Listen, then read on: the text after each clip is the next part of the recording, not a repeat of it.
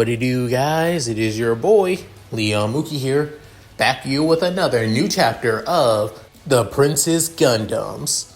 And just like I promised you guys, I'm probably going to be taking a break from this, fanfic after this. Like I told you guys, I'm not dropping it. I'll make this clear for those who do not know. If I'm dropping a series, I'll let you know through that of my posting. Not only that, even on that of a, playlist. The playlist would basically show canceled, discontinued, stuff like that. As for this, I'm just putting on hold so I can focus on making more scripts and basically recording for this fanfic. So no need to worries. Anyway, let's go that have a quick recap. The battle between that of the Chivalry Gundam and the Lancelot was about to begin, as the battle between these two former training partners and rivals now fight on the battlefield, giving it their all no matter what. However, Calvis was close to finding out that of the Lancelot pilot's devicer's true identity being Suzaku, and was pretty pissed if it was Suzaku actually, even to the point of wanting to kill his old friend for betraying not just him, but also Lelouch, Nonali, and their sensei by being a Britannian soldier.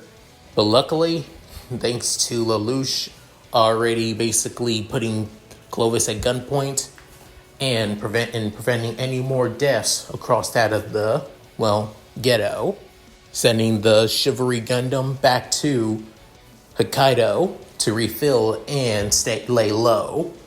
However, it doesn't just end there, with Calvis accelerating his plans to take down Britannia by liberating his second homeland of Japan with the help of his personal knights. So, with all that said, let's get into this, shall we, guys? Chapter 5, The Gundam Knight Order. It's been at least a day since that meeting, with Calvis seeing that each and every one of his mobile suits are now loaded up to head straight for Japan. Well, at least the mobile suits that he did load up, such as that of the Shinkoku Gundam and the Black Knight Gundam. Not to mention the other mobile suits that he made for that of his personal knights, as they've already finished up the combat data for each and every one of them. All they need is a perfect time for combat field testing. Luckily for them, they have the perfect place to do that combat field testing. Looking over his system, he soon looks through that of his many rewards, given that of the Shinjuku, battle after all. But then, realizing, I never thought that I would gain this much rewards, as looking at that of the achievement saying, congrats. You fought in that of the Battle of the Shinjuku Ghetto. Due to your actions, you saved more than many lives and would have been lost, from men, women, and children alike, and elderly. Due to this, you have gained that of 900 points. Secondary objective, defeat the Lancelot. Objective, uncompleted. You will not gain reward. Within hearing this, thinking, damn, as much as I want to scrap that damn thing, I should have. But I stopped the ceasefire right after. Unlike that of Britannia, I'm at least going to honor his ideas of ceasefires and no longer needing to kill anymore. Then looking down, saying, I need to save up these points as much as I can. Even going to the store and increasing my intelligence and understanding mechanics and developing even more of mobile suits, especially medical science too. But I think I've done enough with increasing my intelligence. And honestly, there isn't really much left in the store. Hell, unless I want to start building up bulk and all that. As then he remembers that of the first time he basically got that of the body enhancement, a perk from that of the system store. Basically the reason on why he's buff as he is now, not just from working out alone, as he's still feeling somewhat embarrassed by that. But then, as he soon closes the system, and then stop looking at that of the hangar, before then seeing the personal transport where his mobile suits are basically heading off to, or heading straight for Japan, as he made sure to clear this with that of, the Britannian airspace and military after all, that it's just supplies and materials going to that of Area 11, nothing more and nothing less in their eyes after all. All that's left is to head there himself, and this time to be at least a little less perspicuous after all, needing to show that he's heading somewhere, as heading to that of the airport with many people from commoners and low-ranking nobles basically seeing him off, cheering for his name, how much they love him and everything, with Ruka saying, "Do we really have to go it through this way?"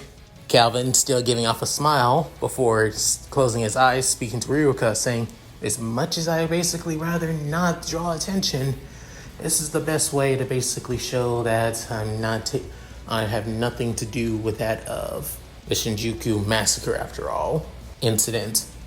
With then, soon, another man saying, "Thanks for basically bringing the fact about that traitorous bastard Prince Clovis." What a commoner woman couldn't help but say, "He is no prince of ours. He doesn't earn the title that he was born with." Within, soon, Catherine couldn't help but smirk, saying, "So, was this the kind of reaction that you were hoping for, Your Highness?" As the pink neck couldn't help but have that of a smirking look on her face. Before then, Calvin sighing, saying, "Trust me, as much as I hate hearing these words coming from the people, talk to my older brother like that. He has no one else but himself to blame." As he was able to release that of the information about what happened at the Shinjuku ghetto in Area 11 and the horrible experiments as well. Because of all of this, the Imperial Britannian family have basically disowned that of Clovis and don't condone his actions. Hell, even his mother, Liliana La Britannia, had to basically disown that of her Britannian name and basically had to go back to that of her original maiden name due to her son's actions. To be honest, even finding out about this, she wouldn't give a damn about what Clovis has done and all that. What pisses her off is that she had to basically be removed from that of the imperial family, and in her eyes, her dumbass son basically screwed her over. It really does nothing but sicken me how the woman could care less about her own son.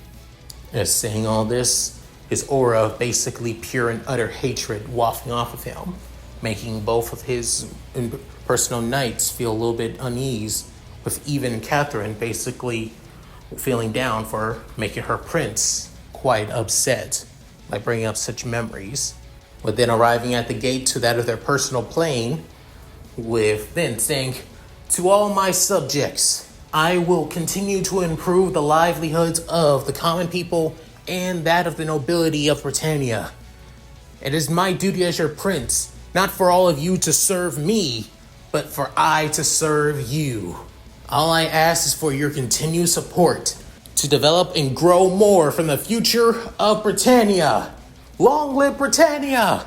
With everyone saying, "Long live Britannia! Long live Prince Calvus Ray Britannia!"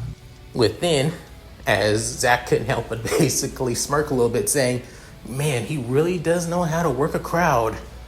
Within, even weighing in, couldn't help but smirk, saying, "Indeed, truly has improved since his academy days." Alexandria, still up front, basically saying, "What are you talking about? He hasn't changed since his academy days. He's basically still the same reckless idiot." Within, soon, both Zack and Wang Yan can help but have their head down, saying, "Oh, we know." But then Alexandria can help but smile, saying, "But he's our idiot, and we're proud to serve him." Within the two saying, "Yeah, we are." As then Calvin heads to the gate before heading down that of a staircase to head to that of his private jet. However, noticing that of two cars already there, as Amelie was already there too to make sure that everything went smoothly, as then he realized that probably not the best idea to use her though, given her circumstances and other things. However, noticing that of two people, or rather three people there, The first person that catches his eyes is that of a woman wearing that of a lighter shade purple dress that shows quite a bit of her elegant figure, as she also has that of purplish brown hair with that of a look of pure and utter not even caring, but also somewhat of worry. As for the other two, the other being that of a person that Calvus knows all too well, this being Sneasel, with alongside that of his personal attendant that he gained over a few years ago, that being Baron Cannon, with then saying, "Oh, this better be good. The rest of you head to that of the jet with Amma. I think I might need to speak to my older siblings." With Haruka holding on to that of Calvin's arm, within she's saying, "Do you need me and Catherine to stay by your side, Your Highness?" Or saying, "Trust me, I got this." But then soon Catherine's saying, "No, you don't. You need emotional support right now when dealing with the both of them." But then saying, "Seriously? Just calling me out like that?" With then huffing, saying, "Fine, just stay quiet and try not to overreact." With then looking at that of Haruka, as even Catherine also looks back at her. With then she's saying, "Seriously? Calling me out now?" Before then, as they still basically look at her, before she huffing, saying, "Fine, I'll be on my best behavior, and I'll speak when spoken to, as a private knight after all." Within hearing that, Calvin saying, "Thanks, Haru." Within, as hearing that nickname of hers, saying, "Just get this over with so we can get going." With her blushing from that. Within, Catherine couldn't help but wanting to take a picture of it, but deciding not to. Before then, saying, "Wang Yan, Zach, Alexandria, go with that of Amma to keep that of the jet running. We need to prepare to leave." Within, all of them saying, "Yes, Your Highness," as they bow their head in place, but with that of the Britannian salute after all, with their right hand to their chest. Then soon saying, "So what do I owe the pleasure to seeing that of both my big sister and my big brother here?" Within soon Gwen saying, "Sneasel can go first, I can go second." Within soon hearing that, Sneasel saying, "Thank you, big sis Guinevere." Before then going to that of Calvin saying, "Calvin, there's some matters I wish to discuss with you. It's about your trip to that of Area 11. Within saying, "Oh, why is that?" Within saying, "Is it truly necessary? Do you really need to go to that place after all? I hear since Clovis is now has no longer that of under the name of Imperial rule, those in Area 11 don't know about his exploits just yet. So that means, unlike here in the homeland, he's still Viceroy until declared otherwise. I plan on telling him myself. So if it's not too much, saying, out of the question." Within hearing this, Canon saying, "Your Highness, please try and be reasonable," saying, "Oh, I am. You're the Prime Minister of that of Britannia, Sneasel. Your duty is just to make sure that diplomacy and negotiations and a lot of other yada yada political crap basically goes through. My duty is that of the Prince of developing technology for that of our common lives is more important. Not to mention telling that of Clovis himself that he's no longer a prince. I can tell him myself since it's technically that of my monthly inspection for Hokkaido, since I now own it after all." Within hearing that, soon Sneasel saying, "You do bring up that of importance, but it shouldn't take too long," saying, since I'm going straight to Hokkaido, it probably will take quite a bit of time that I know you do not have, brother. So just allow me to do my duty to inform him, while you continue doing your duty and run the country as you see fit. We all know the old man ain't doing shit. Within hearing that, Sneasel couldn't help but smirk, saying, I guess so. Do as you will. I just wanted to make sure. Also, about that of Clovis's dealings. By any chance, you wouldn't have anything to do with that, would you, little brother? Within hearing that, on the outside, Calvin is not even phased, but on the inside, he couldn't help but feel a little bit shaking, worried that Sneasel may figure out that he hacked into that of Clovis's systems, and about his spies also in that of his court too. But what am I saying? Of course he probably knows about this. The only reason that he hasn't done that, he's already implying that if I try something else, he could basically blackmail me. Within, soon saying, not of the sort. As much as I may be a genius when it comes to that of decoding, programming, I was never a big fan of hacking after all. Just saying. Within, hearing that, Sneasel saying, I guess so. Well then, have a good day, little brother. Before then heading to his car saying, Cannon saying, yes, your highness. As they head within, opening the car for Sneasel as the blue net enters himself. As then they soon drive off. Within, Calvin can help but say, God, I fucking hate him! As he groans so loudly.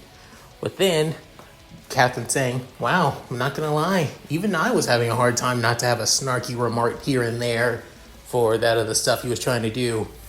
Within, Haruka can help but basically snort saying, he's so uptight and arrogant, already feeling like he knows everything.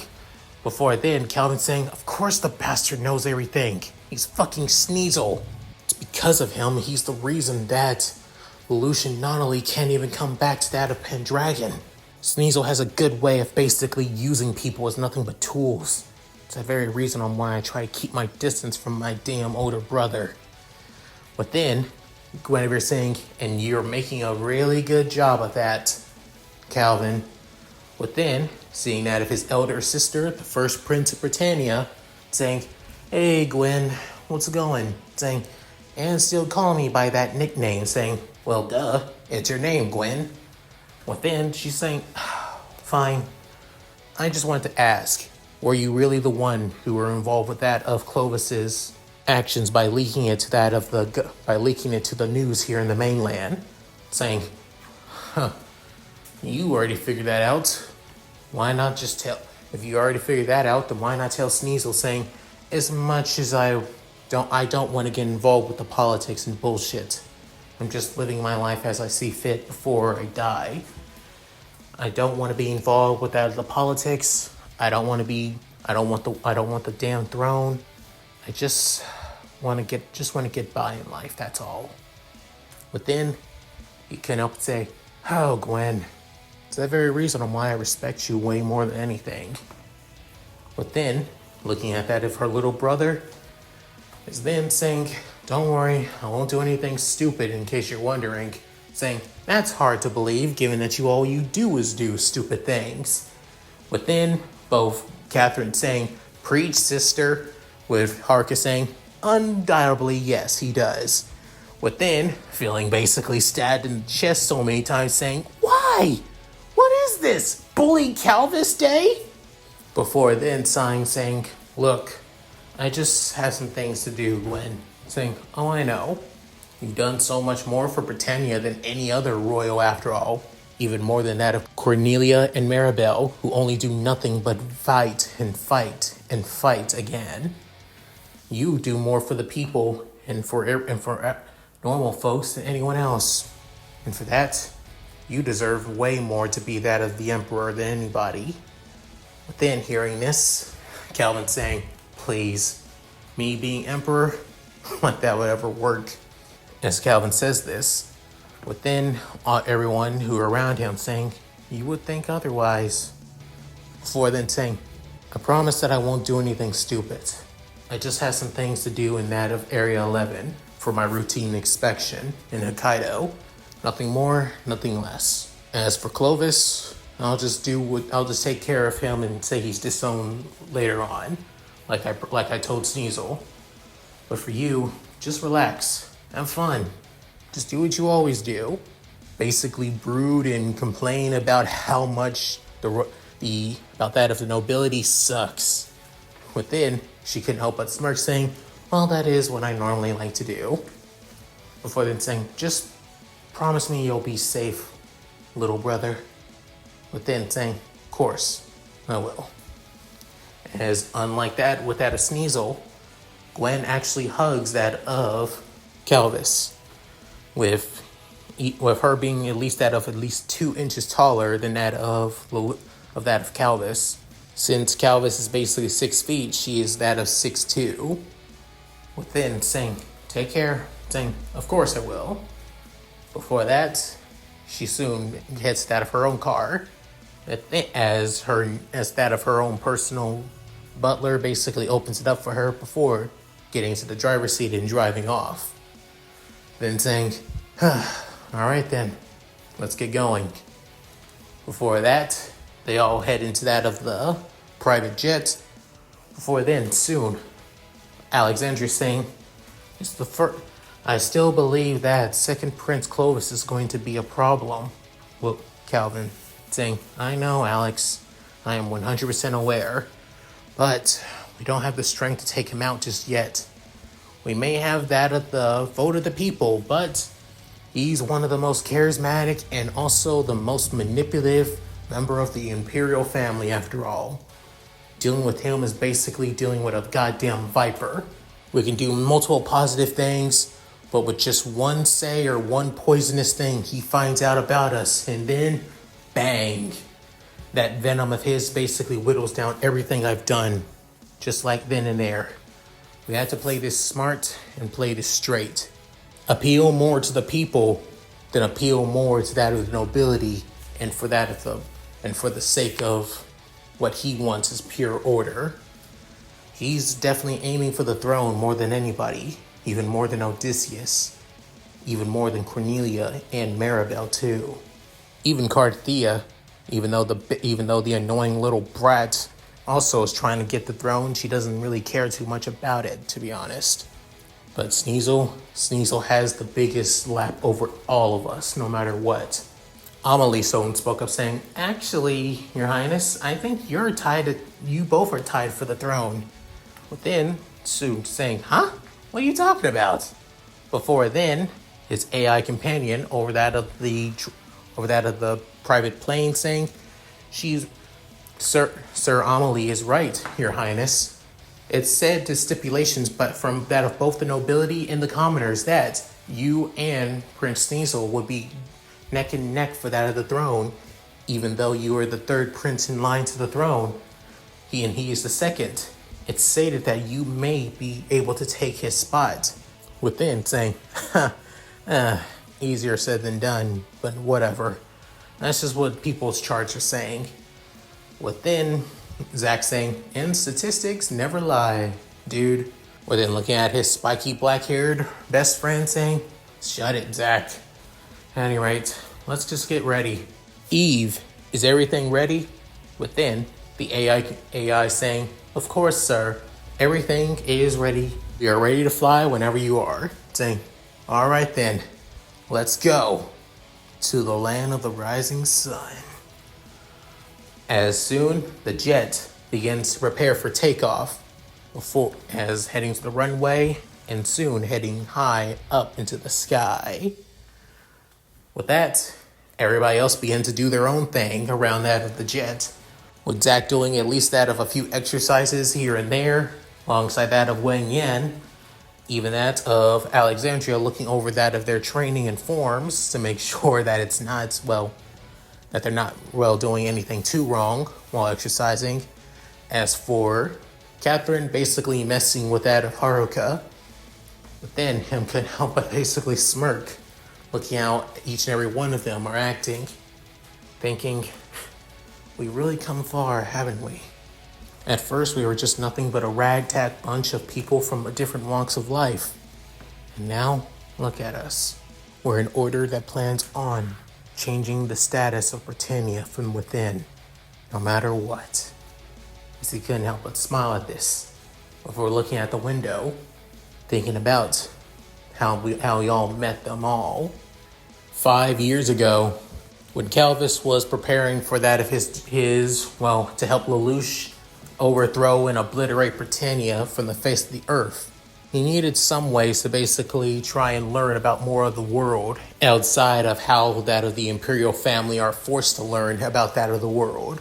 When coming to the age of 13, they are soon basically taking that of multiple tutors. Considered that the best tutor of the Imperial families of Britannia are normally taught by that of Alice Lodmeyer, basically a pure-blood loyalist of Britannia no matter what, and basically sees anybody that isn't Britannian basically looked down upon, or anyone that doesn't fit her standards as a pure Britannian.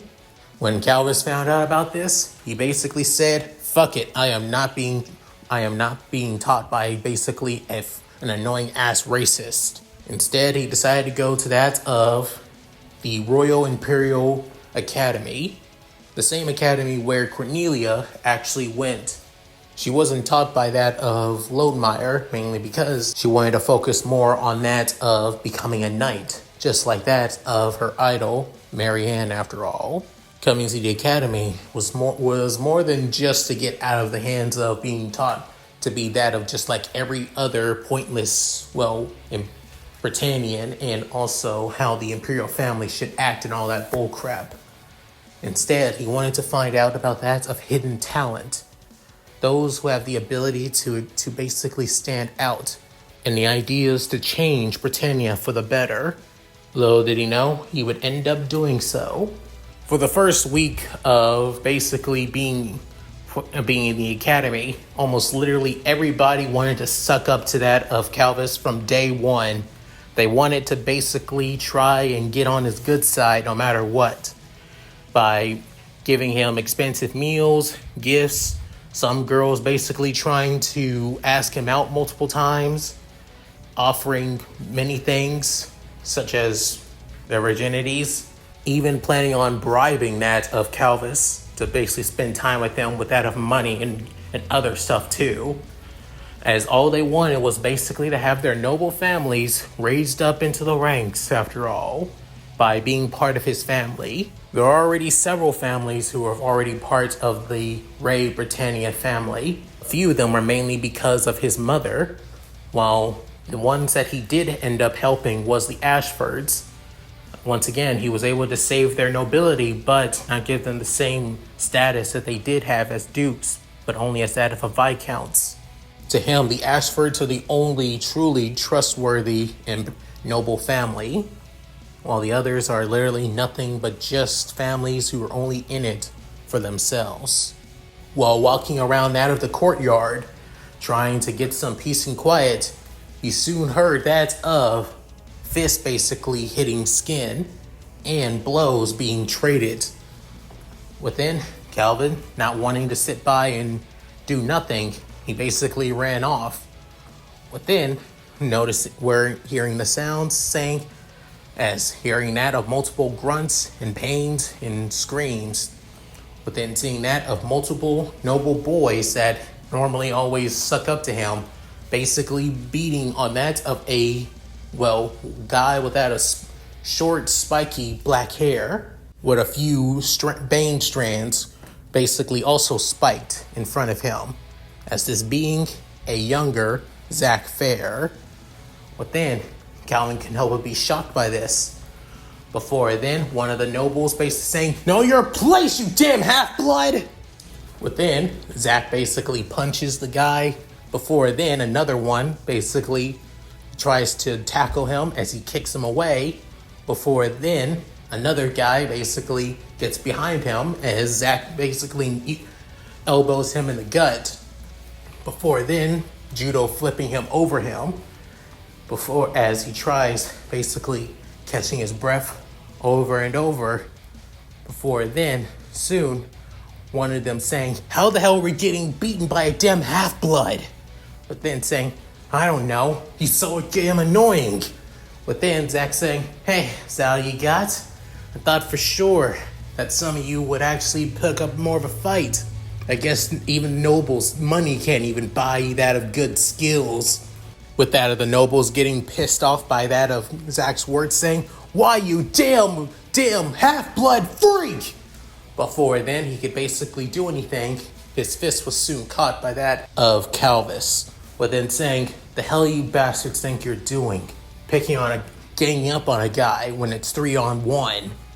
But then, soon hearing that, all of them saying, Your Highness, Prince Calvis, you see, we were just... But then saying, oh yeah, I've heard, and saw too, you beating on a guy just because of him being half-blood? Do you guys have any shame, any pride or nobility? But then one of the nobles saying, but Your Highness, this half-blood didn't show us any of the respect he deserves to that of his betters. Saying, oh really? What kind of respect did he need to show you then? But then one of them say, he needs to bow in front of us, since he's not earned his way here, by mainly that of scholarships like a peasant, after all. He doesn't truly deserve to be in a prestigious academy like this. But then hearing that saying, oh, that's why.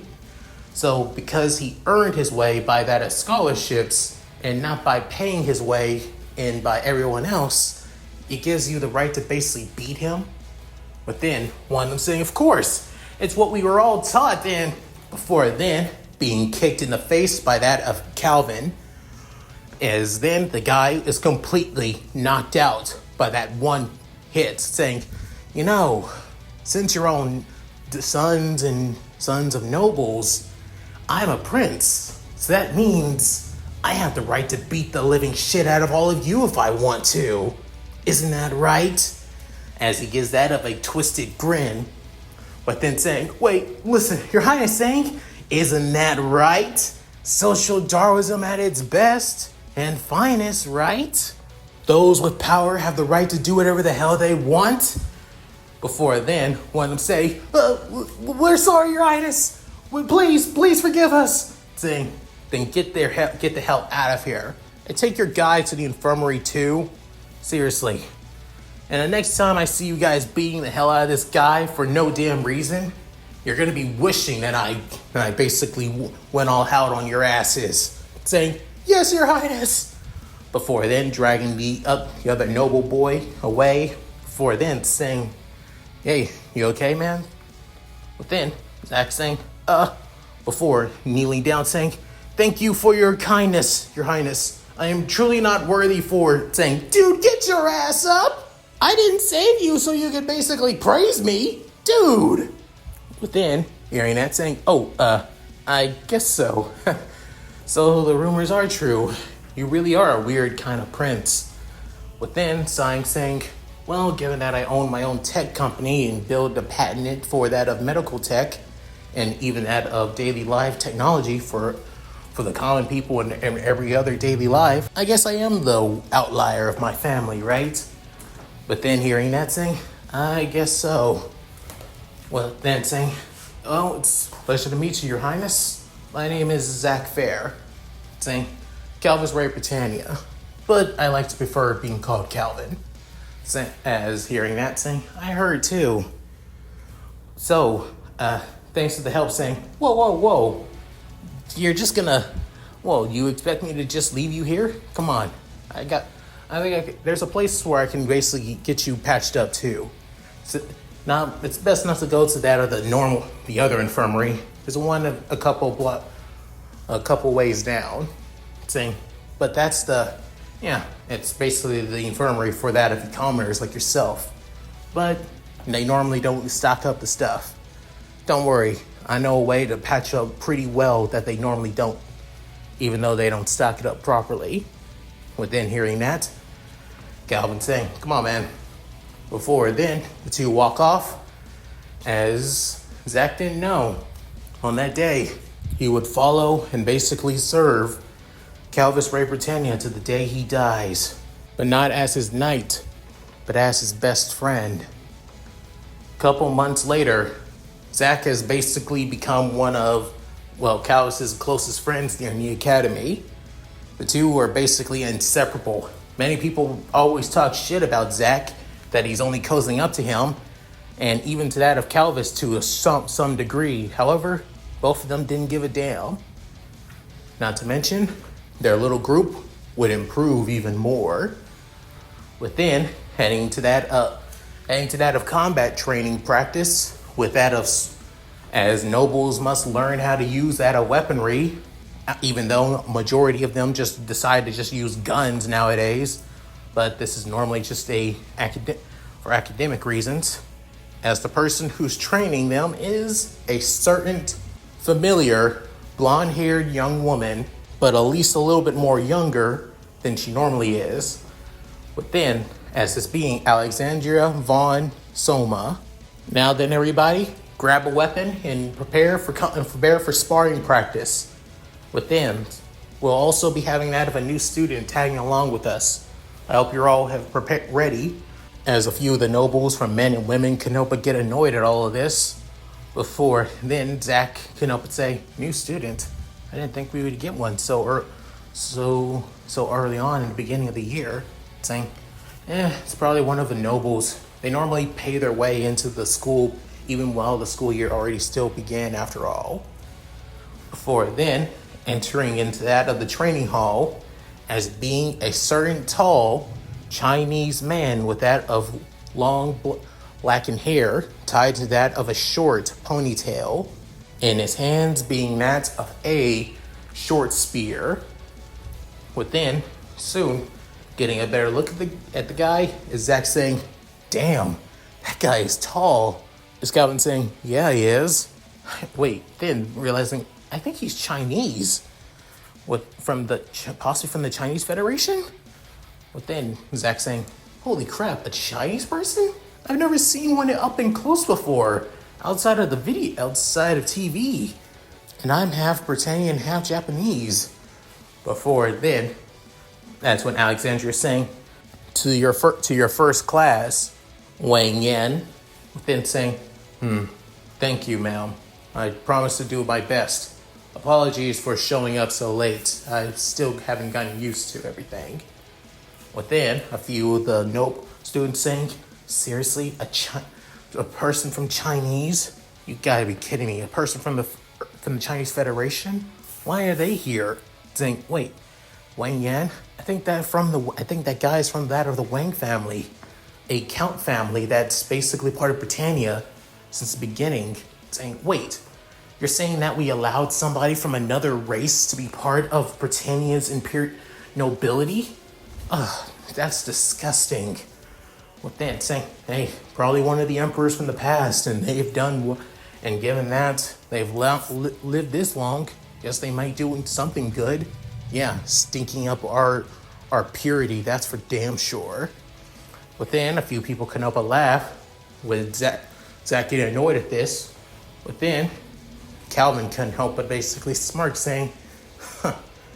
Before then, couldn't help but say, "Just by looking at that guy, he's not someone to screw with, that's for damn sure." Before Zack saying, "Huh, so you can tell too? Guy seems tough, that's for sure, not just by the size, but by his appearance, by that of his demeanor as well." What then, as the sparring begins, as many students begin to train themselves with that of fencing swords, and that's pretty much it. However, the only people that decided to use something different was Calvin, who uses basically two swords, and Zack, who basically uses that of a large blade, actually, and that of, Wang Yan, who uses the short spear that he came in with, as each and every one of them beats their opponents without even breaking a sweat pretty easily, especially with Wang Yan, with a few of the noble students wanting to put the so-called outcast noble in his place. But every time they tried, he doesn't even hold anything back, showing that if hold it to him, it goes against his code of honor to hold anything back even when sparring. With this, it did cause quite a bit of a friction with that of many students, both male and female alike, who basically decided to outcast Wang Yan for a few days, as he currently basically sits on that of a terrace, looking over that of the courtyard grounds, as a voice saying, "Annoying, isn't it? Nobles are quite the pain in the ass." Well, you should know that, given that you're a noble yourself. Within looking back, seeing that of Calvis and Zack, within seeing the person saying, Your Highness, it's truly an honor. If you need to use this place for yourself, I can walk away, saying, "None of that, dude. This place is enough room for all of us." Seriously, I get people suck up to me way too much, saying, and yet I hear many people talk bad about you. Despicable to treat somebody of the imperial throne with such disgrace. They deserve nothing but death upon them. But then saying, "Dude, calm down. I hate them, but I don't want to basically kill them." With Zack saying, "You're actually quite intense, dude. Kind of makes sense given how good you are in combat class and training." With Wang Yan saying, "I train myself day in and day out, alongside me and my little brother." Saying, "Little brother, huh? Well, I heard a lot about your family, even looked it up. Your family earned that of the title of nobility due to helping out the emperor in the past, after all. About that of 2 centuries ago, when Britannia was still expanding through the new frontier back in the day before we made that of the West Coast after all. To be honest, I'm surprised that you actually came here." Within, soon, Wang Yan saying, "My family has been out of the shadows for the time being. We've survived multiple assassination attempts on our lives due to us being not pure Britannian, but only pure Chinese. We never take a wife here in Britannia. We only take those from that of the Chinese Federation, or even those mainly either Chinese, Korean, Vietnamese as well. We even are willing to take those from Japan too, as our brides. Just like how Britannia likes to keep their bloodline pure with that of nobility, we like to do the same as well. Personally, I could care less about that. All I want to do is earn the nobility that our family gained through that of combat. I plan to be a soldier and proving myself on the battlefield." Within hearing this, Calvin saying, "Wait, so you want to fight in a war? Dude, if you want to do that, you can join any one of the royal families." Within hearing this, Wang Yan looks at that of Calvin before Calvin basically blinks multiple times as he keeps on looking at him, saying, "Oh, wait, dude, no, it's not. Please, Your Highness, allow me to join the Ray Britannian family. Allow me to be your spear in combat." Saying, "Dude, I don't even like to fight. I don't plan on basically taking over areas. That's my sister's doing, not mine." Within saying, "So I need to join Lady Cornelia, but I don't like her way of combat and fighting. She's too aggressive, willing to wipe out innocents, kill those who are non-combatants. I may respect her as that of a warrior and one of Britannia's greatest fighters. However, I don't respect her motives and methods on how she gains victory, even if it means hurting those who don't deserve to be hurt. That is my way as a warrior." Within hearing that, Calvin saying, "So that's why." Before Zack saying, "Looks like he's got you there, Calvin. You really are not going to allow this guy to join us? We could use a threesome." Within soon, Calvin saying, "Dude, don't say it like that. That is just wrong." Saying, "What? I'm joking. Seemingly." Before it then, Calvin couldn't help but sigh, saying, "Ugh. But first, gotta get to know you, Wang Yan. You seem like a cool dude, but way too uptight. Loosen up a little, why don't you?" Saying, "Loosen up a little?" Saying, "This is gonna be tough to get you to feel for us, dude." After that, Wang Yan became a part of their little group, became the closest friends that Calvin has ever made.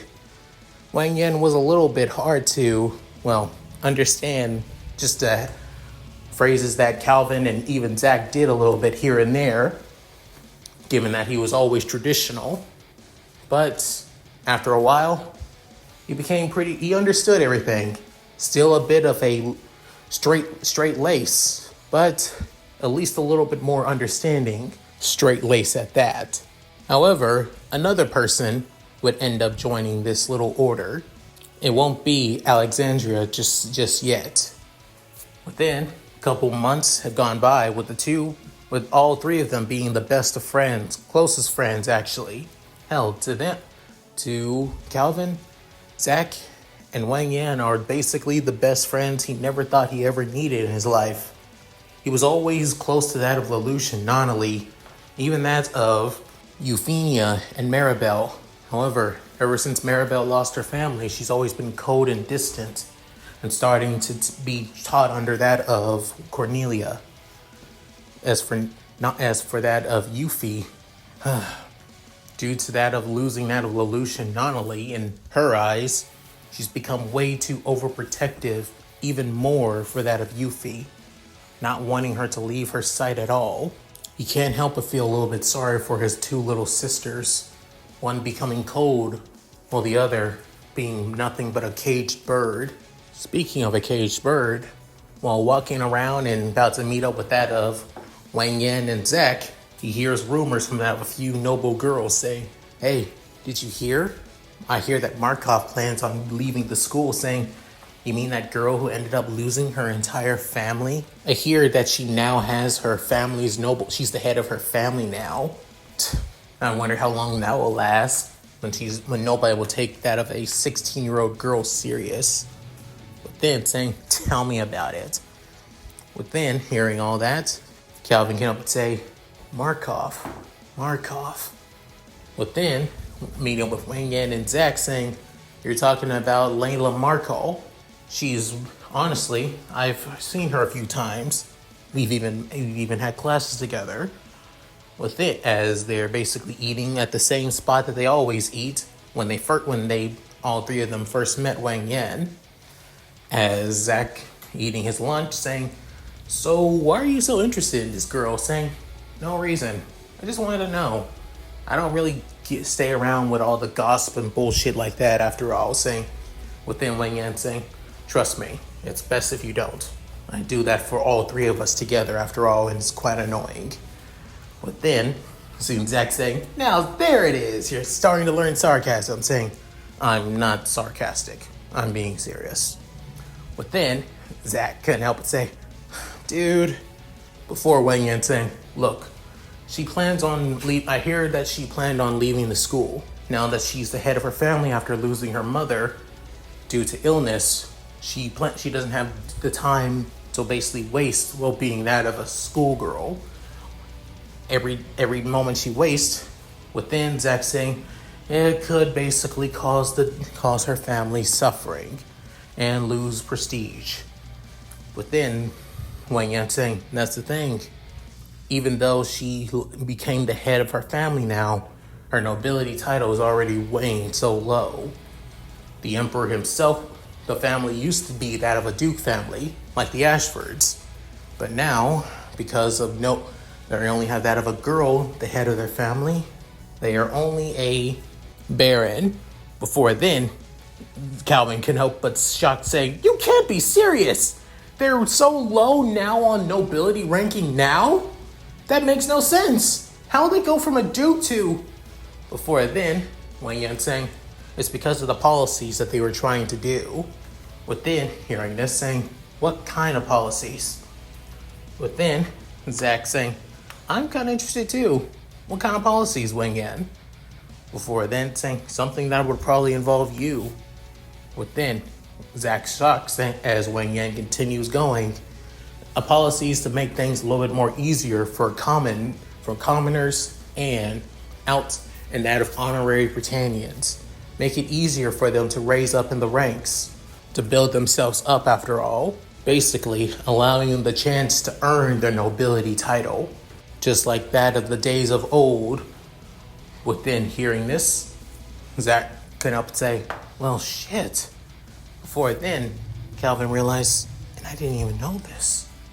How did I? Before then, clenching his fist, saying, "You know where she's going? saying, I hear that she's already cleared out that of her dorm room and plans on leaving tonight. Then hearing that, saying, thanks, man. Before then, saying, now, let's eat this lunch. I'm starving. Before then, both boys can help but look back at that of their prince best friend, saying, he plans on doing something stupid, isn't he? Later on that night, a young, beautiful, blonde-haired girl with that of lilac blue eyes, carrying that of a large suitcase, leaving that of the girls' dorms. And she came up and say, it looks like it's time for me to go. As then she also remembers a meeting that of a certain green-haired girl that we all know all too well. But then saying, I promise you, C2. Well, thank you for what you've done for me. I promise to keep that.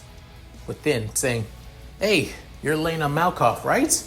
But then hearing a boy's voice, but then looking forward, noticing that of Calvis, saying, Prince Calvis, what do I owe the pleasure? Saying, I want to talk to you. Care to talk a little bit before you leave the academy? Saying, oh, so you've heard, mainly from a friend. I don't really keep up with the gossip bullshit. Just want to talk. Shouldn't take too long.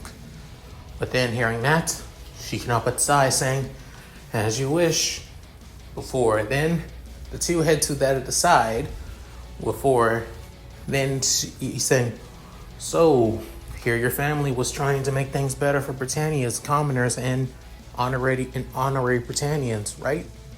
But then she's saying, of course, it was our ideals. We believe that everybody has the right to basically rank up. Those who have the right to, who have the talent and the ability to become something more than what they were given at birth. Like that of the good old days, when those who had talent and ability to rise up in the ranks, those who had the skills to show on how capable they are, like those of the Knights of the Round, and those who gained their nobility through their merits in combat. And yet, we put everyone down. We show on how weak they are, that those who aren't born at the top don't have the right to be at the top. Something that my mother and father have tried so hard to fight against. But no matter what we do, it's pointless. My father died from an assassination plot. My mother died from illness, but I know the real truth. She also died from assassination. But then, Calvin saying, she was poisoned, wasn't she? But then, as Leila basically clenches her fist, saying, yes. But then, Calvin couldn't help but sigh before puffing some air out. But then saying, that's just how Britannia is.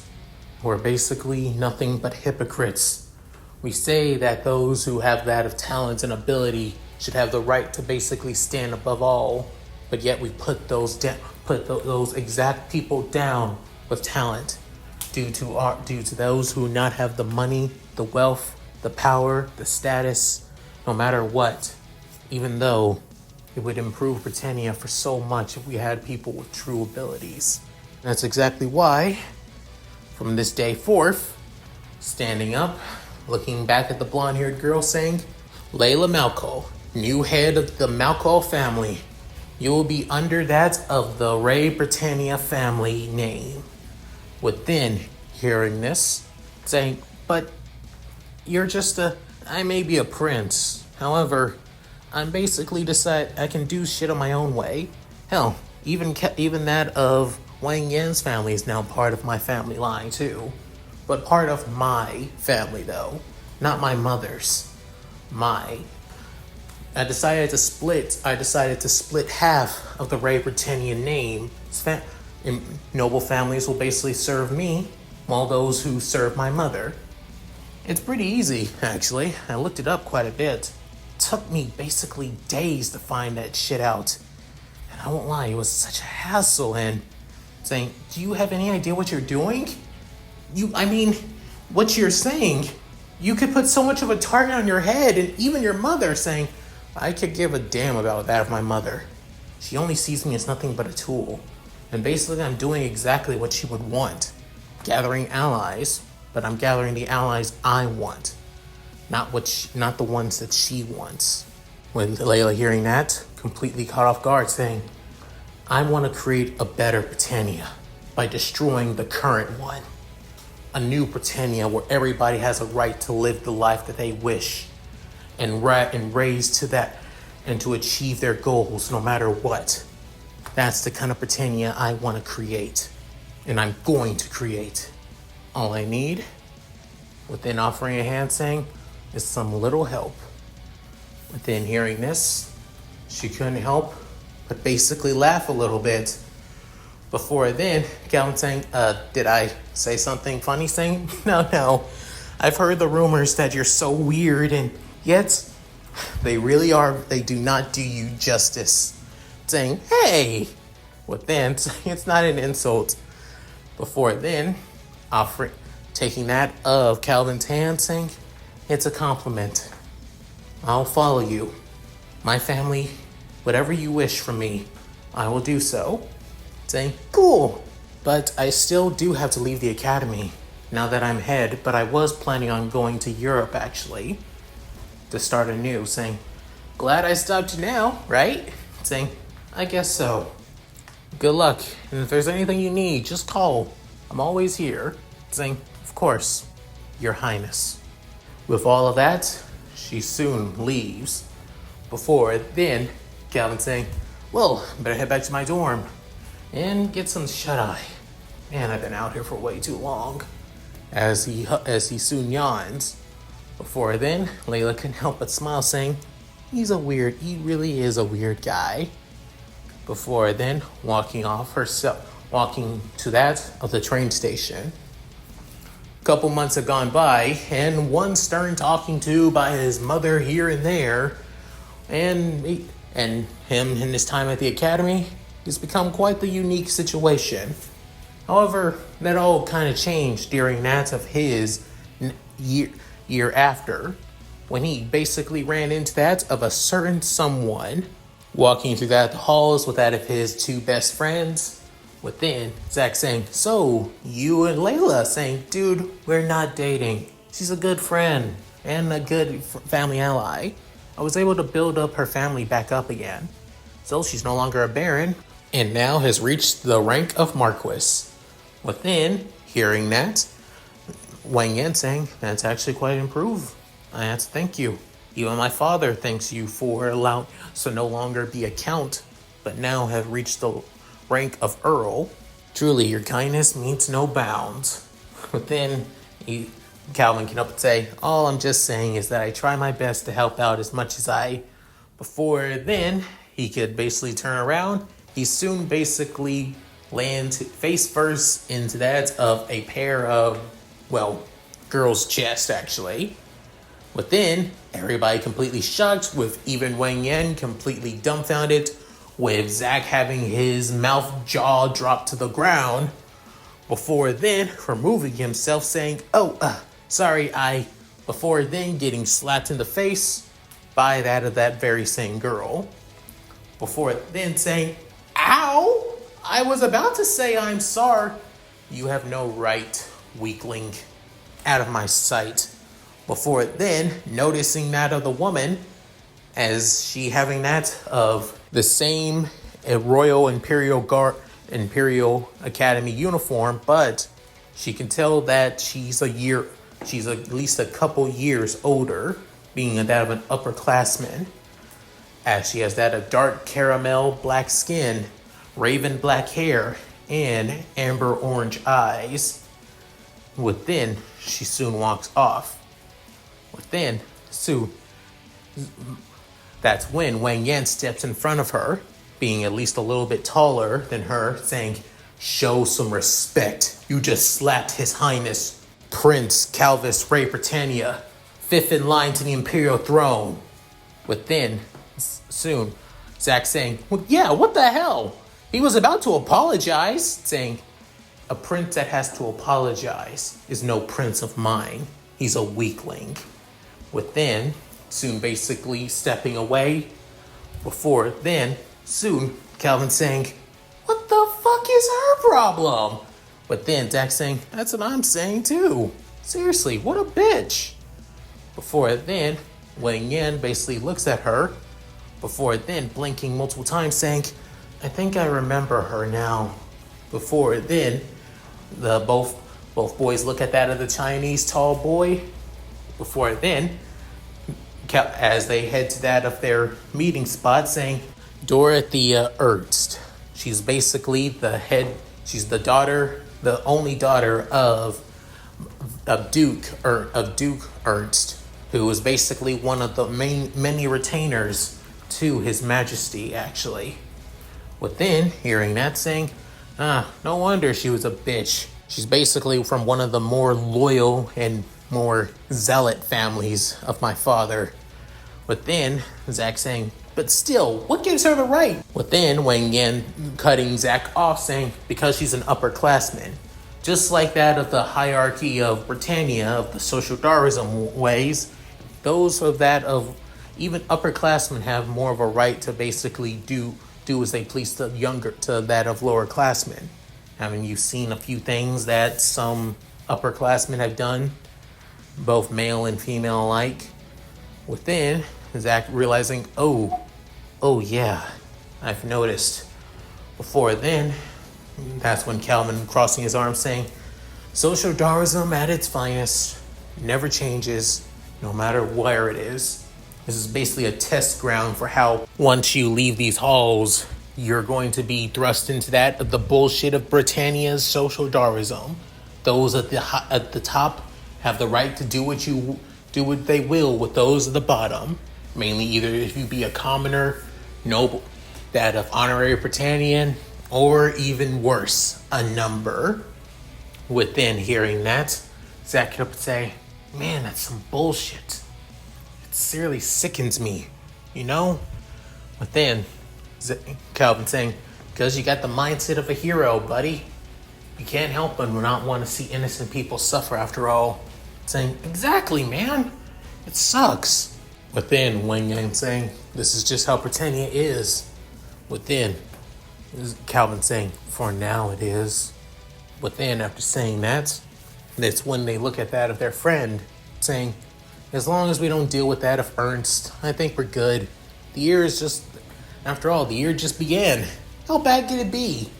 As he just realized he just jinxed himself that day.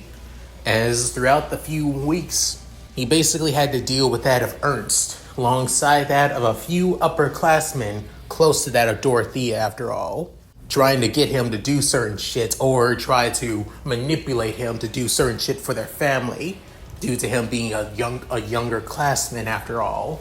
However, Calvin's not the kind of person to just sit back and take bullshit like that. He basically fights back, no matter what. Oh, and speaking of fighting back, a certain few nobles who basically, when Calvin decided to refuse them, decided to try to teach him a lesson with that training weapons. And let's just say Calvin beated them easily. Mainly thanks to that of him basically cheating because of the system. As he had that advanced combat training, which was worth that of 100 points, which he was wanting to use to save because he was already the chivalry Gundam after all. So yeah, and wasted those points on basically putting a few upperclassmen in their goddamn place. With that, he soon got painted a picture of himself by Dorothea even more, deciding to put an end to this, wanting to face each other in a duel. Dorothea, on the other hand, didn't want to waste her time with a duel with somebody weaker than her, until Calvin did the number one thing that always rubs, nobles the wrong way, that they're scared, chickens, and basically cowards.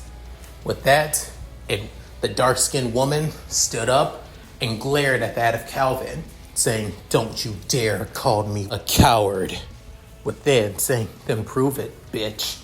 Dueling center, you and me, one-on-one, no audience, just you and I, putting an end to this bullshit right here and now.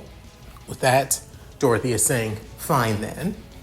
At least without an audience, they will know to know that the certain little prince, their so-called genius prince, is literally nothing but a weakling.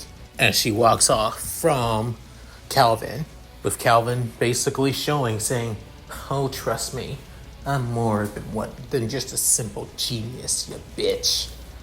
Within preparing for his duel, he soon gets a call from that of Leila, within saying, hey, Leila, I heard about your duel. Within saying, seriously? God, gossip spreads fast, and you're not even here at the academy anymore. Within saying, a certain one of the nobles that I was working with, their son basically told him, and his father told me, look, you may be one of the princes, but her family is in charge. Has been one of the imperial family's most trusted, loyal retainers. The Erds have so much power and prestige that they could basically crush not just my family, but also Wang Yan's family and your family. And you may be part of the imperial family, but still saying, all the more reason I need to put an end to this now. I'm tired of basically letting this bitch think she can dictate my life. I'm royalty. I'm imperial royalty after all.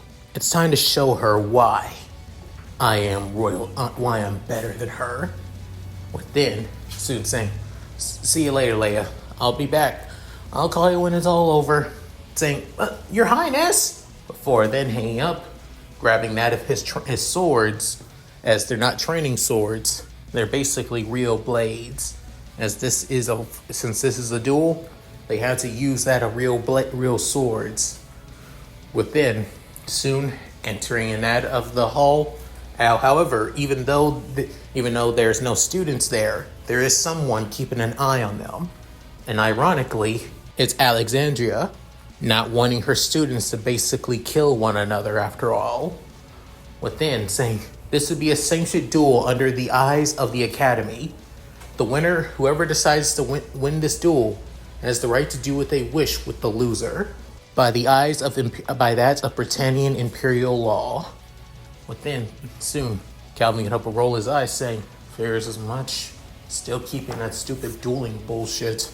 I wonder if that's how that Aunt Marianne got that of my dad's attention after all. If that's the case, I'm actually kind of grateful.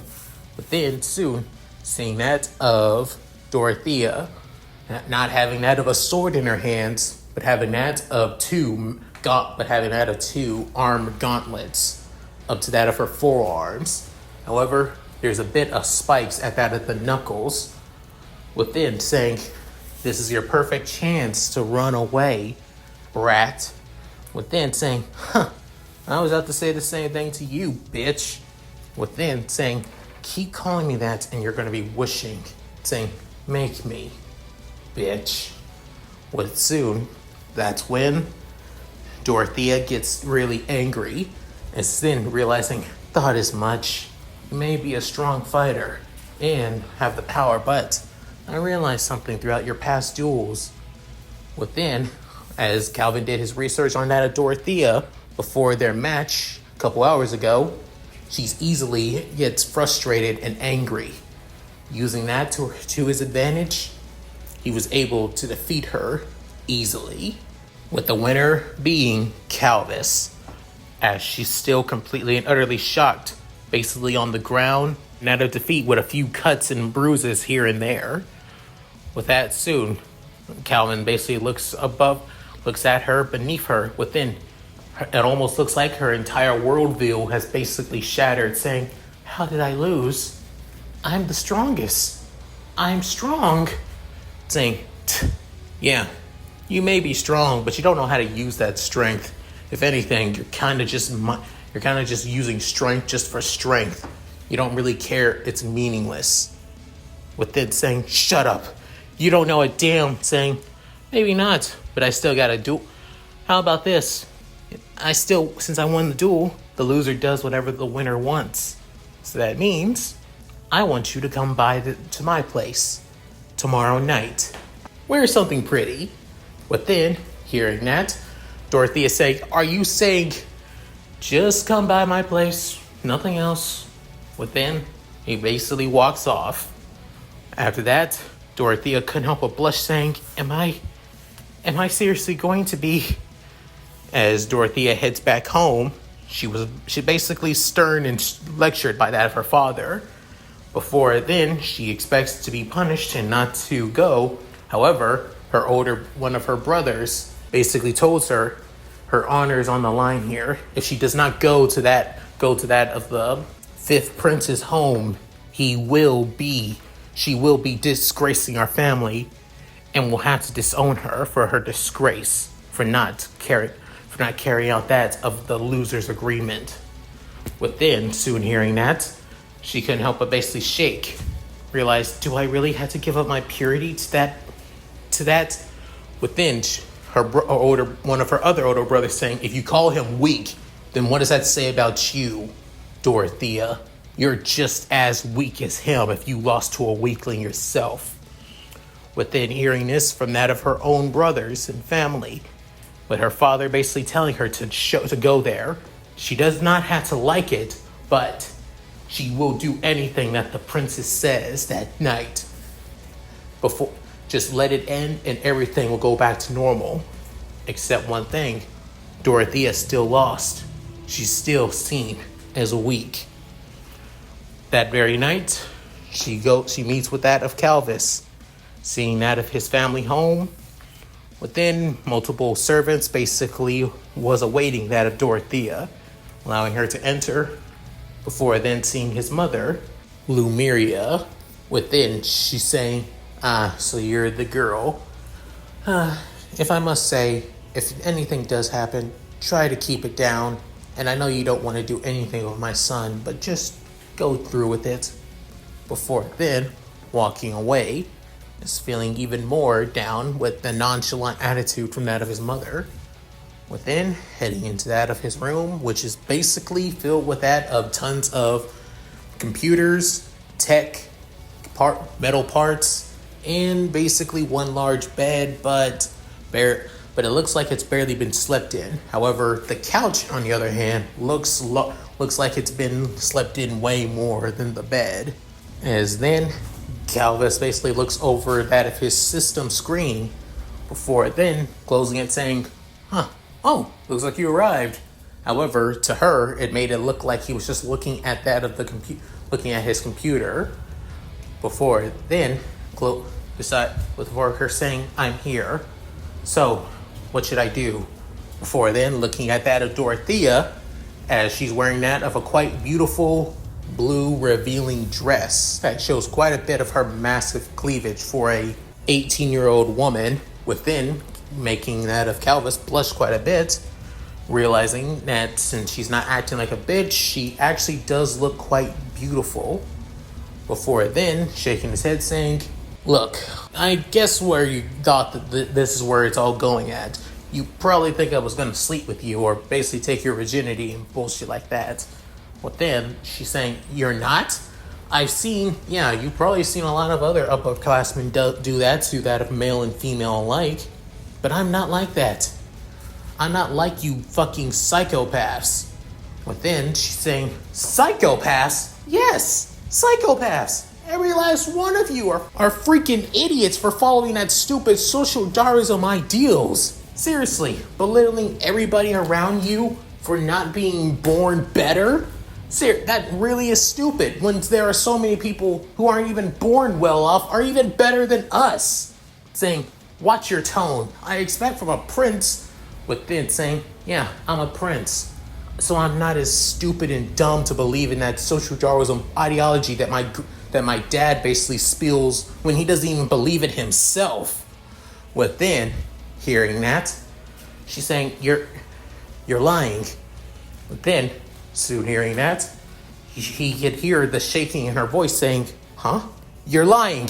His Majesty does believe in the ideas of Britannia. He believes in it all too well, saying, what? No, he doesn't. Do you not know that he's basically faking that shit? Saying, shut up, no, you're lying, he would never. Within realizing, oh shit.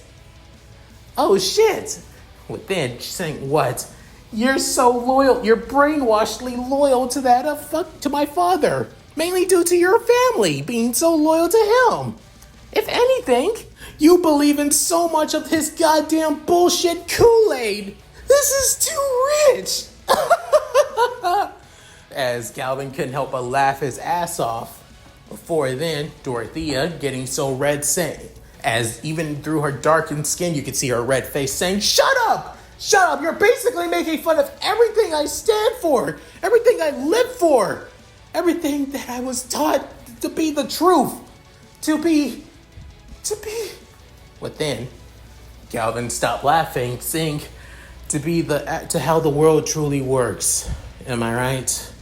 Within hearing that, Calvin saying, I've heard that so much to the point that it's become numb to me. It's meaningless, pointless.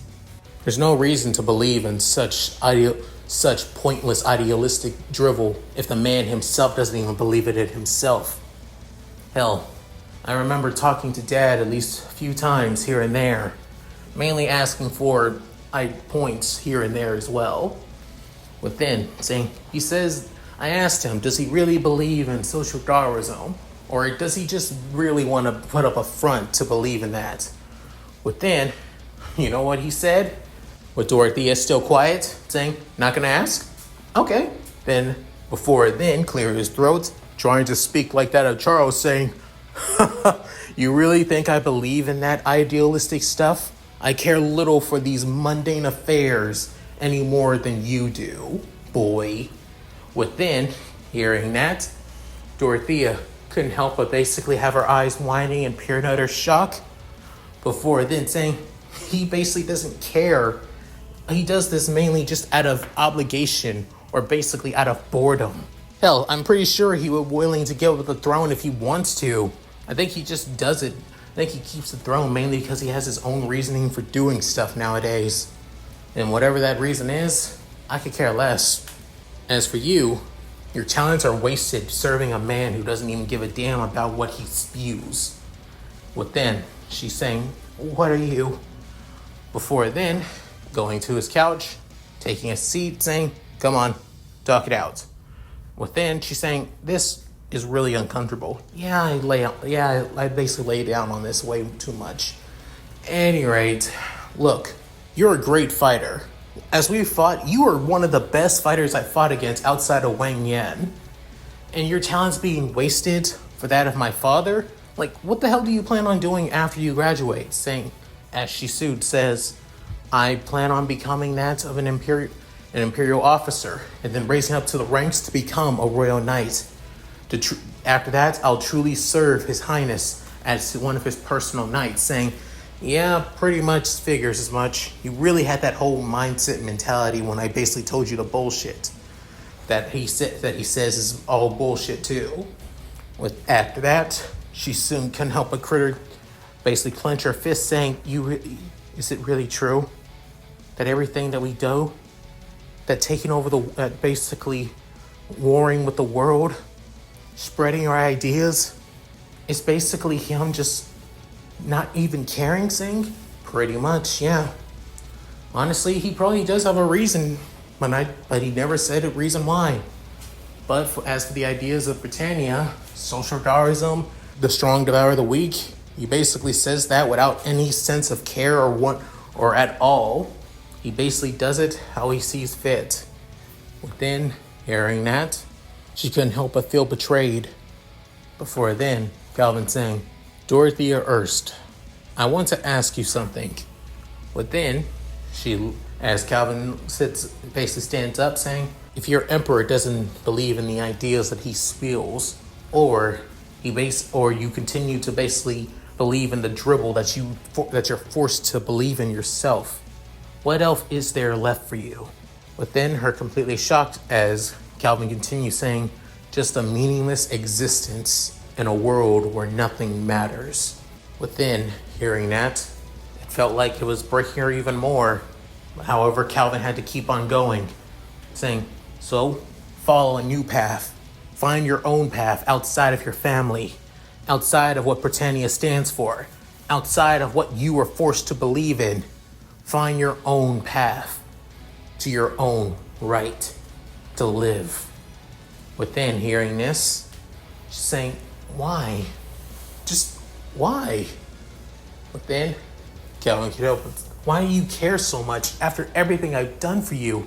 You could have just taken my virginity, get it over with, and then just force me to leave in shame, but also still retain my family honor. But yet you just decided to just talk me and show me the truth and tell me the truth about everything? Within saying, yeah, pretty much. Within, she's saying, I've heard the rumors that you are a weirdo, but you are beyond weirdo. You are basically just an enigma to me. Within saying, yeah, I get that a lot. Before then, she laughing, saying, okay, fine, I'll accept it. Within saying, huh? I'll accept whatever you wish. I'll figure my life out. But by then, I may still stay with Britannia, or I may not. Who knows?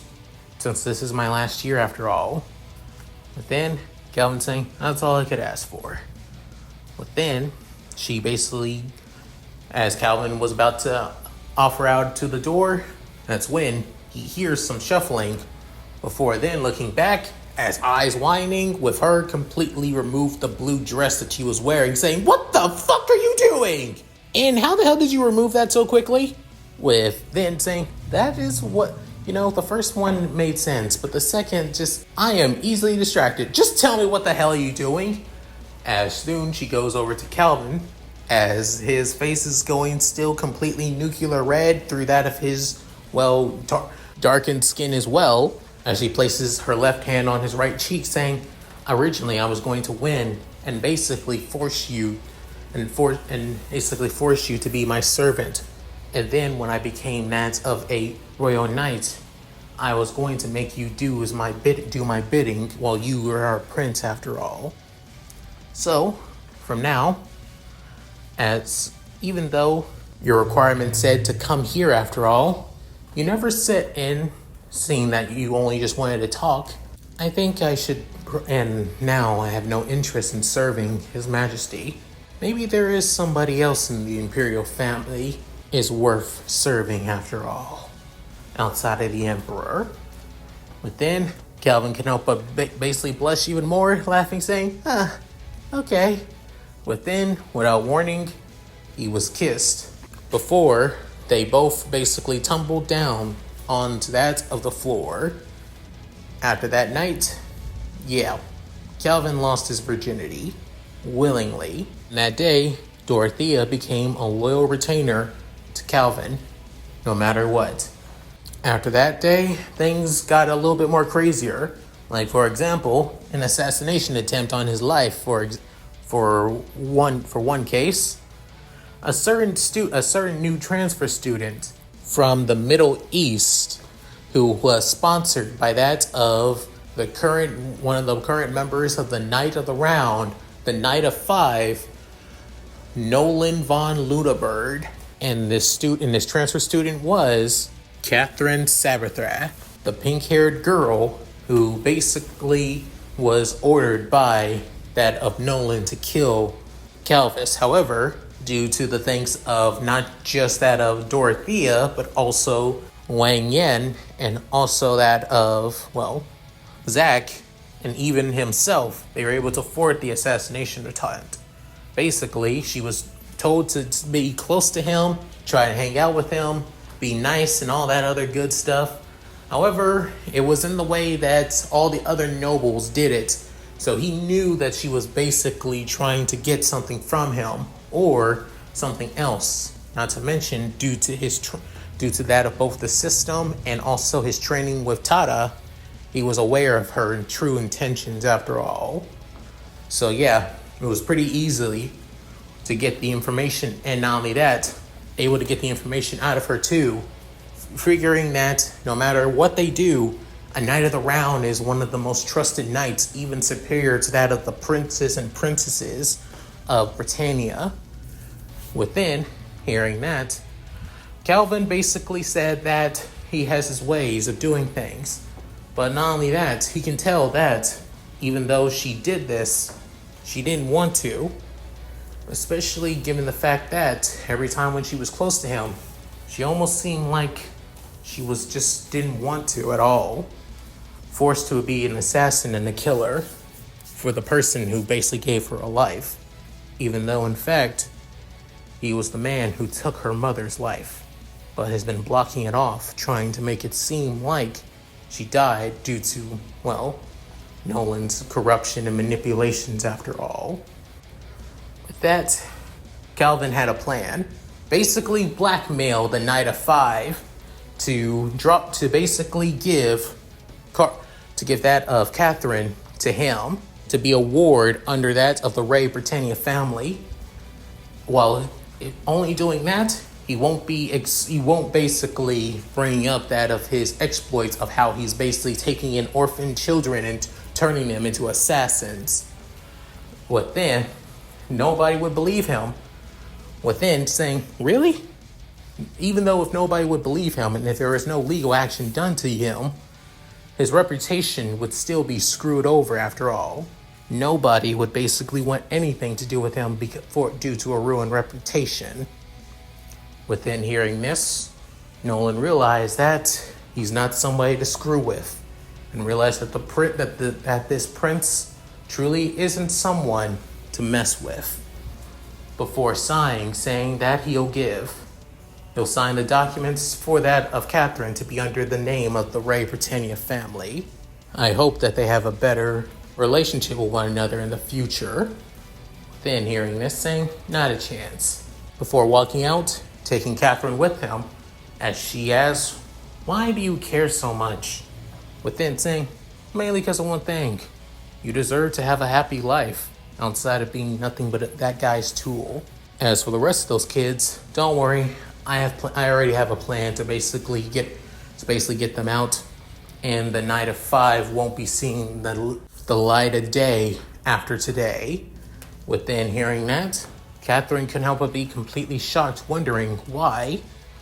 Within, while he said all this, turns out a few mercenaries basically snuck into that of the Knight of Five's estate, took all of the kids who were there to make sure to get them out of there, and quietly, and then soon, for some weird reason, a certain machine was basically over that of his estate that night that nobody could barely even see after all, before flying off somewhere else. It said that Nolan von Lutenberg, Knight of Five, was killed in a terrorist attack. Such a shame. With that, soon another person became under that of Calvin's, wing to help him in his goals to make Britannia better. Not to mention, a certain, servant ended up getting his attention too, and not even from that of his own family, but from that of one of his siblings' families. A girl by the name of Amelie Lancaster, a girl who originally was a maid and servant of the Lee Britannia family, basically Cornelia's and, Yuffie's Britannian family. She was one of the few friends that Yuffie ever had outside of, just spending time with that of her siblings.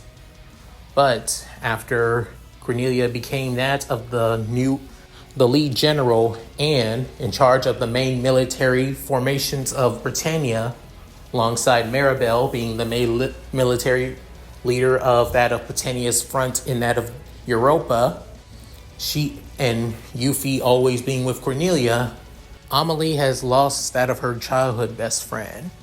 But however, it was stated by Cornelia that she would have been talented as a soldier instead of a maid. However, Cornelia never basically bothered taking her with her when training after all. Instead, she basically left her behind.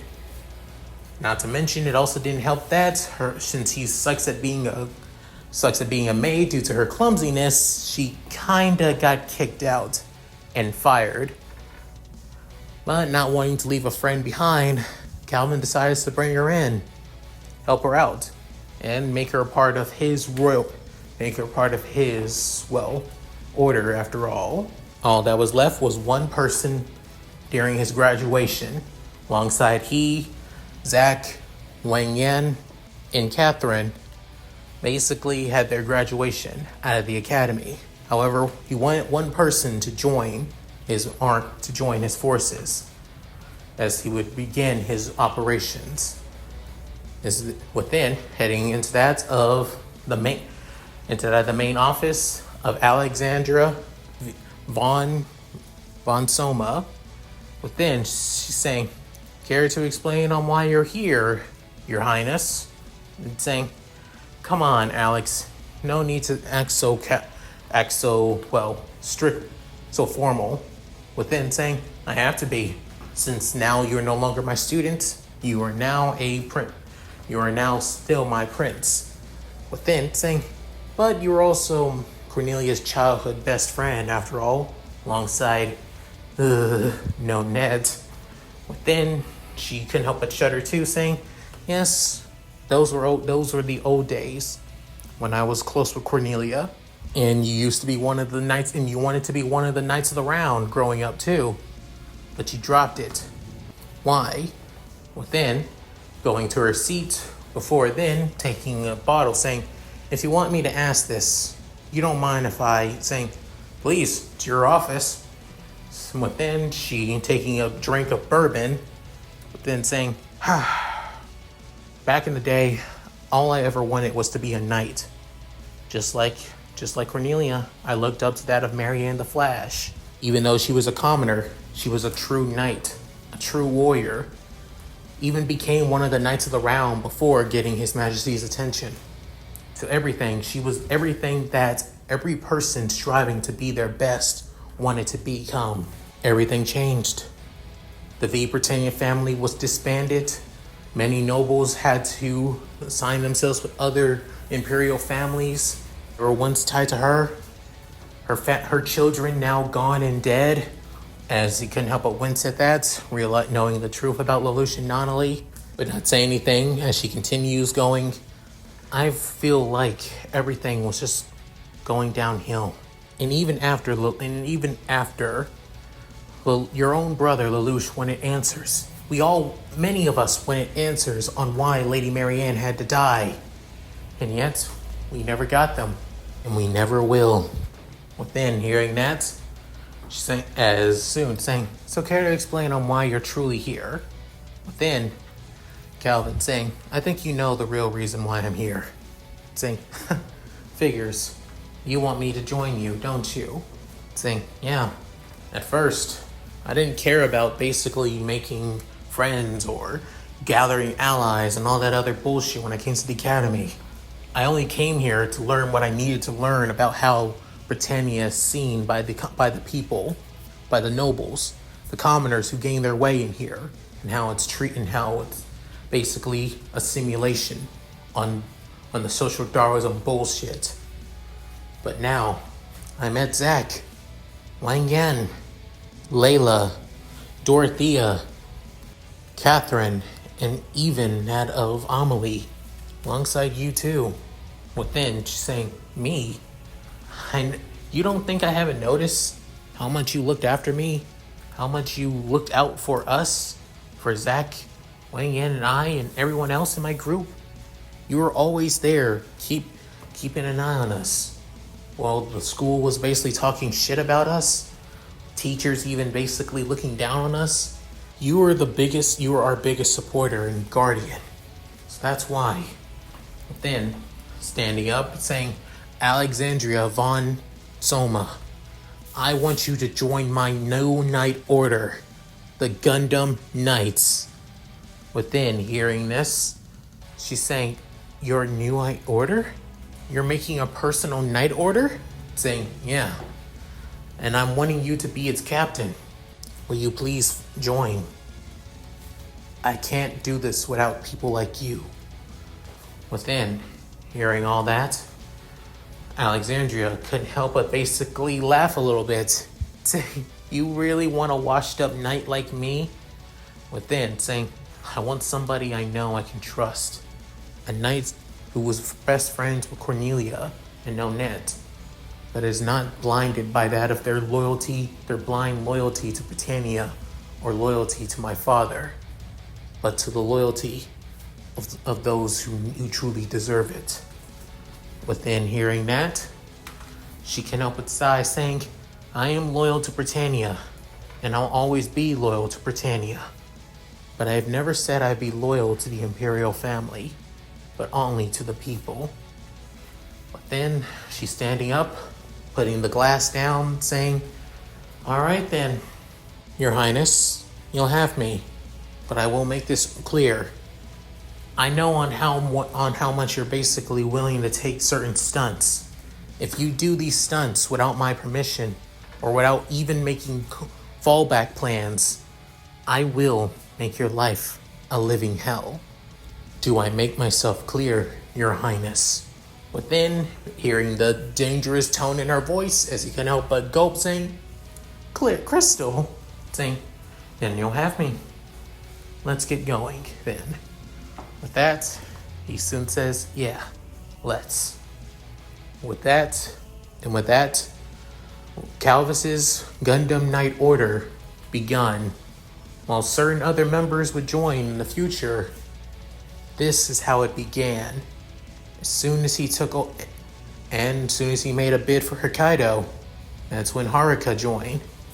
Mainly, he was impressed by her skills, not to mention and she was one of the leaders of the rebel forces. Alongside that, a remnant from those who defected from the Japanese Liberation Front, as many members still believed in the ideas of Japan. However, they're not willing to compromise by hurting innocents to do so. This would be the staging grounds. By taking Hokkaido in secret, by buying it from that of Area 11, it became New Japan. And with all the things that Calvin tried to do to restore to Hokkaido to what its beautiful glory was, by even rebuilding its main city, Sapporo, and giving wages to that of the Japanese people, still having to use that of the Britannian currency though, unfortunately, mainly to keep things in check, to be honest, and to hide things from that of the public too.